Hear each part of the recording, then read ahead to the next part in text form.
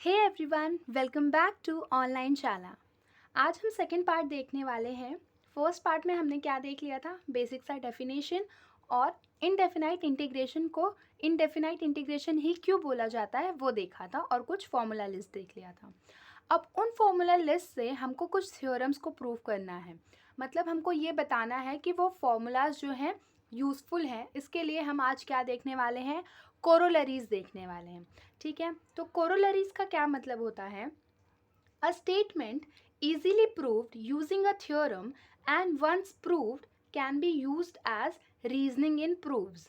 अगर मैं आपको सिंपल भाषा में बताने की कोशिश करूं कि कोरोलरी क्या होता है, तो कोरोलरी एक शॉर्टर थ्योरम टाइप होता है जो किसी भी फॉर्मूला को एक्सप्लेन करने के लिए यूज़फुल होता है। ठीक है, तो आज हम फर्स्ट कोरोलरी देखने वाले हैं। तो फर्स्ट कोरोलरी हमारा जो फर्स्ट मैंने आपको फॉर्मूला लिस्ट में फॉर्मूला दिया था एक्स रेज टू एन का, वो कोरोलरी हम देखने जा रहे हैं। ठीक है, कि उसका क्या है यूज़। तो कोरोलरी वन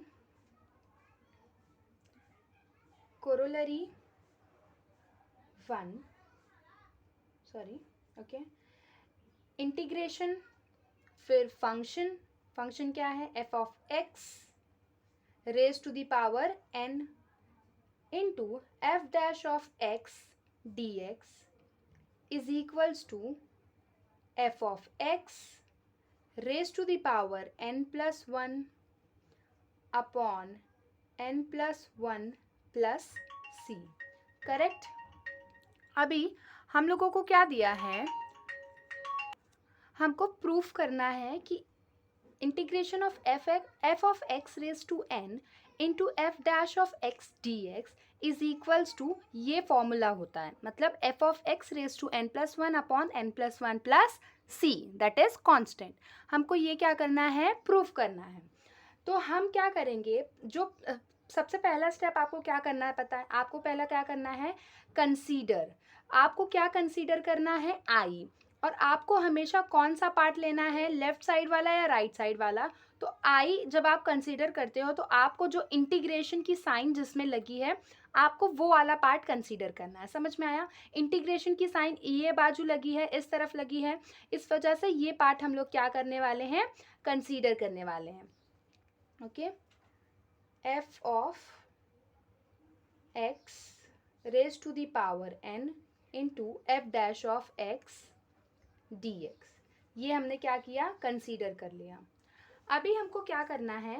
पुट करना है। जो कॉम्प्लेक्स सा एक टर्म होता है उसको हमेशा हमको क्या करना पड़ता है? पुट करना पड़ता है। मतलब अगर आपको पुट करना है तो आप किसको करोगे पुट? जो सिंपल टर्म है आप उसको और सिंपल करोगे क्या? नहीं, जो कॉम्प्लेक्स टर्म आपको दिखता है इक्वेशन में, किसी भी इक्वेशन में, आप उसके जगह पर कुछ पुट करते हो। तो इसमें कॉम्प्लेक्स टर्म कौन सा है? F of x. ठीक है, तो इसके जगह पर हम टी पुट कर देते हैं। आपकी मर्जी, आप कुछ भी पुट करो, मैंने टी ले लिया है। F dash of x. अब हम क्या करेंगे? इसका डिफ्रेंसिएशन लेंगे। क्या लेंगे? डिफ्रेंसिएशन लेंगे। तो एफ ऑफ एक्स का क्या होगा differentiation? F dash of x. ठीक है, इज इक्वल्स टू टी का differentiation D T upon D x, क्योंकि विथ रिस्पेक्ट टू एक्स लिया है इसलिए D T upon D x. अब इस डी एक्स को वहाँ पर आप क्या करो? शिफ्ट कर दो। क्या करना है आपको? शिफ्ट कर देना है। तो हमारे पास कुछ ऐसा आ जाता है। अभी जो हमने ये लिया था आई, तो वो करना, उसको फिर से लिखना है I is equals to integration of F of x raise to N. F of X को क्या माना है हमने? टी माना है। तो टी, एफ ऑफ एक्स के बदले क्या लिखे? टी, लेकिन उसके रेज टू दी पावर में क्या है? एन है। तो हम क्या लिखेंगे यहाँ पर? N d t. ठीक है, डी टी लिख सकते हैं क्योंकि यहाँ पर देखें F dash of x D x, F dash of x, यहाँ पर देखो आई यहाँ पर कंसिडर किया था इसलिए F dash of x D x के बदले हम लोग के पास क्या है? डी टी है। तो इसको रिप्लेस करके हम डी टी लिख सकते हैं। करेक्ट, तो हमने यहाँ पर लिख दिया डी टी। अभी हमको पता है integration of any function raise to the power n क्या होता है फॉर्मूला? यहाँ पर क्या है? फंक्शन t, तो इसलिए फॉर्मूला क्या होगा? t raise to n plus one upon n plus one, और साथ में क्या आता है? एक आर्बिट्ररी कांस्टेंट, एक कांस्टेंट जिसको हम c मान लेते हैं। अभी therefore I is equals to, t क्या था हमारा, f ऑफ x, तो हम लिख सकते हैं f of x raise to the power n plus one upon n plus one plus c। Correct, हमारे पास आ गया जो हमको प्रूव करना था। ये i है, ये पूरा i है, i इज इक्वल्स टू ये प्रूव करना था, हमें मिल गया। समझ गया, इट वॉज वेरी इजी। आप अगर रिवाइज करते रहोगे तो आप कभी ये सब चीज़ भूलोगे नहीं, ठीक है।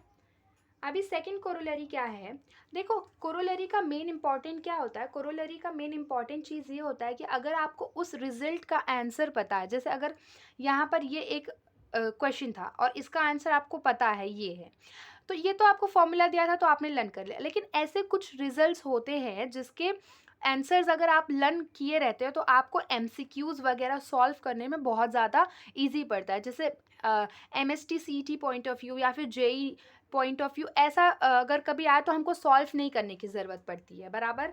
तो इसलिए सेकंड कोरोलरी कुछ ऐसा ही है जो कि है integration of f dash of x upon f of x dx is equals to, इसको लेकर हमको क्या प्रूव करना है, log ऑफ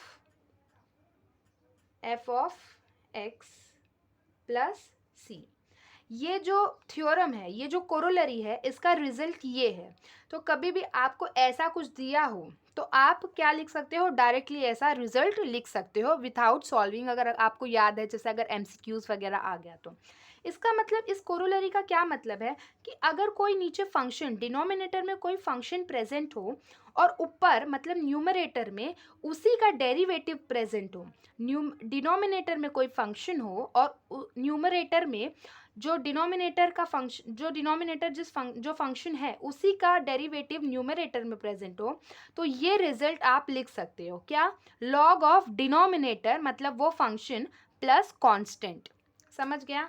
अभी इसको प्रूफ कैसे करेंगे, फर्स्ट स्टेप हमारा हमेशा फिक्स है, क्या करेंगे, कंसीडर। कौन सा टर्म को कंसीडर करेंगे, जिसके साथ इंटीग्रेशन की साइन लगी हुई है।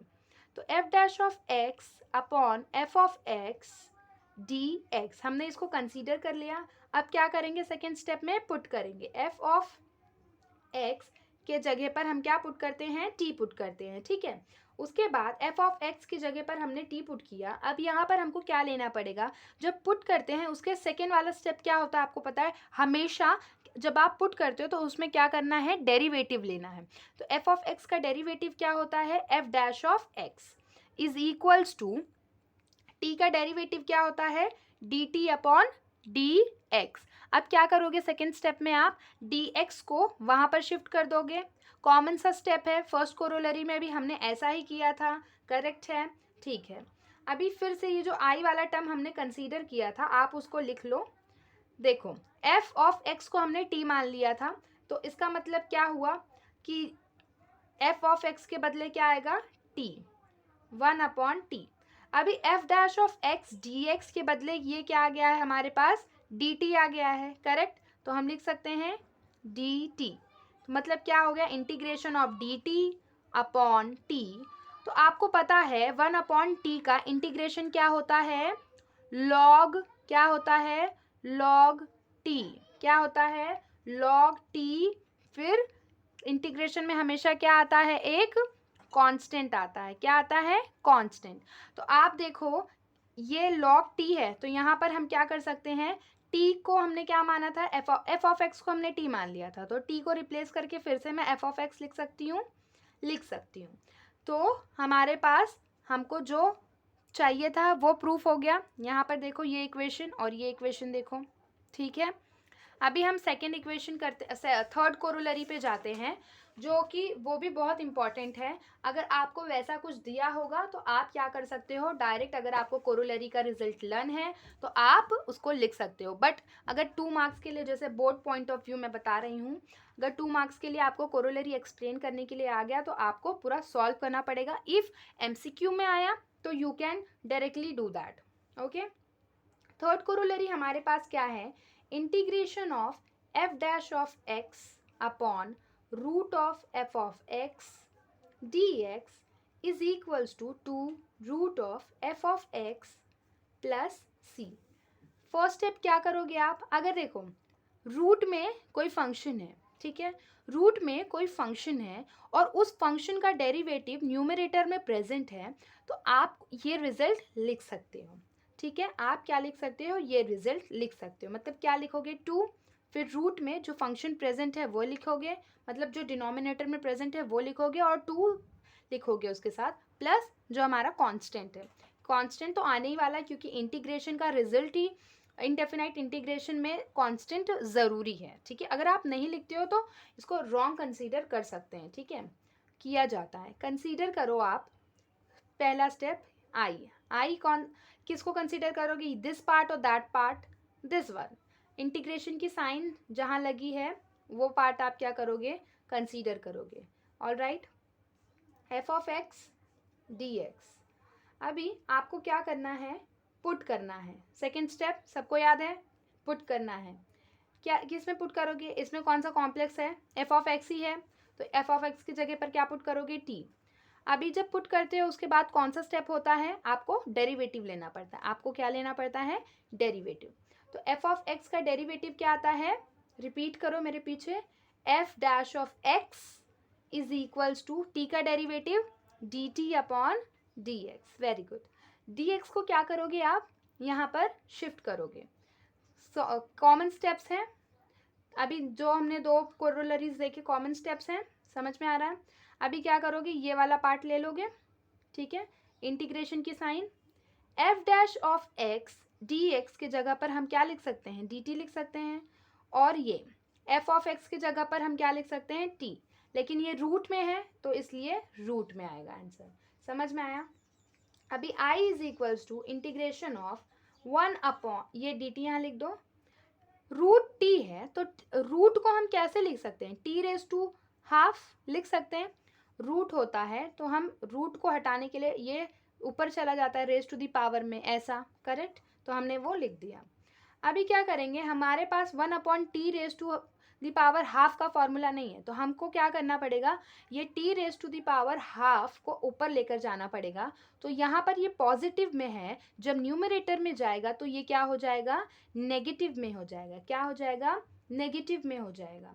अब हम इस पे फॉर्मूला क्या कर सकते हैं, अप्लाई कर सकते हैं। अब हम क्या कर सकते हैं, इसमें फॉर्मूला अप्लाई कर सकते हैं। हम कौन सा फॉर्मूला अप्लाई करने वाले हैं, integration of x raise to N D x is equals to X raise to N plus 1 upon N plus 1 plus C. अगर आप एग्जाम में ये ऐसा लिखते हो ना, तो अगर आपको फुल मार्क्स मिल रहे हैं तो आपका टीचर मार्क्स नहीं काटेंगे। लेकिन अगर आप ये सारे स्टेप्स भूल जा रहे हो और अगर आपके एग्ज़ाम में आपको पूरे मार्क्स मिल रहे हैं, तो चांसेस है कि आपके मार्क्स कट सकते हैं, ठीक है।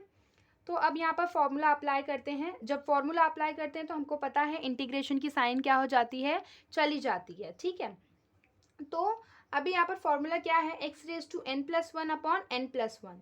तो ये टी रेज टू एन क्या है, minus half plus 1 upon minus half plus 1 और कांस्टेंट सी, ठीक है। अब आप बताओ मुझे कि t raise to minus half plus 1 कितना होता है, कितना होता है, हाफ होता है, प्लस हाफ, नीचे भी प्लस हाफ प्लस सी।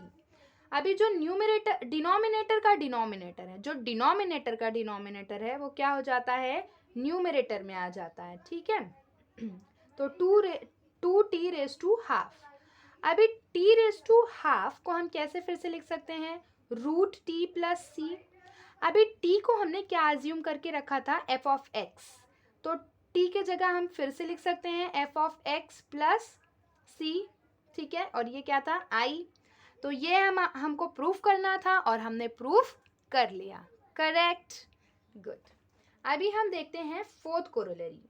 फोर्थ कोरोलरी में क्या है, आई इज इक्वल्स टू, देखो मैंने जब आपसे फॉर्मूला लिस्ट डिस्कस कर रही थी मैं आपके साथ, तो मैंने आपको बोला था कि मैं जो फॉर्मूलाज डेरिवेटिव में नहीं हैं, जैसे कि 10x का डेरिवेटिव 10x जो है क्वेश्चन नहीं आता, आंसर नहीं आता है डेरिवेटिव में। 10x का डेरिवेटिव निकलता है जो है sec स्क्वायर x, लेकिन उसका अगर हम इंटीग्रेशन करने जाएं तो हमारे पास डेरिवेटिव से कनेक्ट नहीं कर सकते उसको।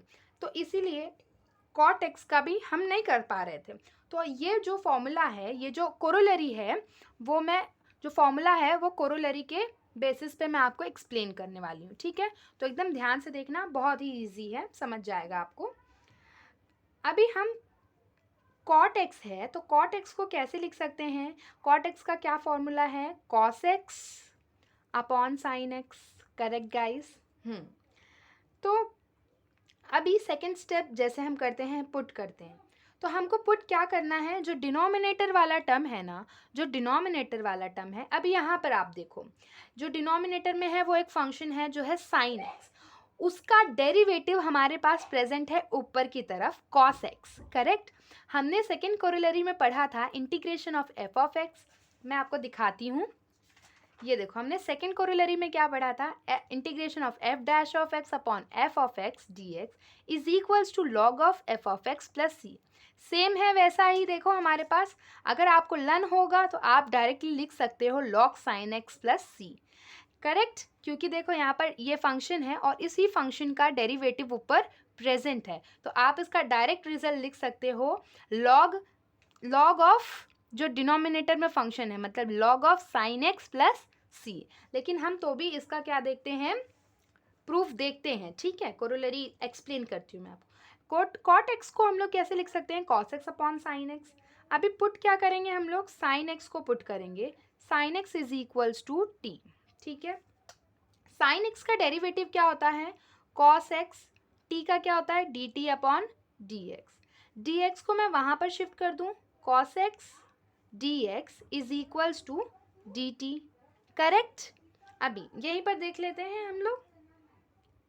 हाँ, तो कॉस, अभी देखो, cos x D x is equals to d t. Cos x D x के बदले, यहाँ देखो, कॉस एक्स डी एक्स के बदले हम क्या लिख सकते हैं? डी टी लिख सकते हैं। क्या लिख सकते हैं? D T. और साइन एक्स के बदले क्या लिख सकते हैं? टी लिख सकते हैं, ठीक है। अब वन अपॉन टी का इंटीग्रेशन क्या होता है? Log of mod of T plus C. अभी t को हमने क्या लिया था? साइन एक्स, तो हम क्या लिख सकते हैं? Log of mod of sine X plus C. हमको कॉट एक्स का इंटीग्रेशन यही मिलता है ना। फॉर्मूला लिस्ट जाकर देखो आप एक बार, अगर आपने फर्स्ट पार्ट नहीं देखा है तो उसको प्लीज़ देखो, ठीक है। तो log of mod of sine X plus C इसका आंसर आता है किसका? Integration of cot X D X का। समझ गया आपको? गुड।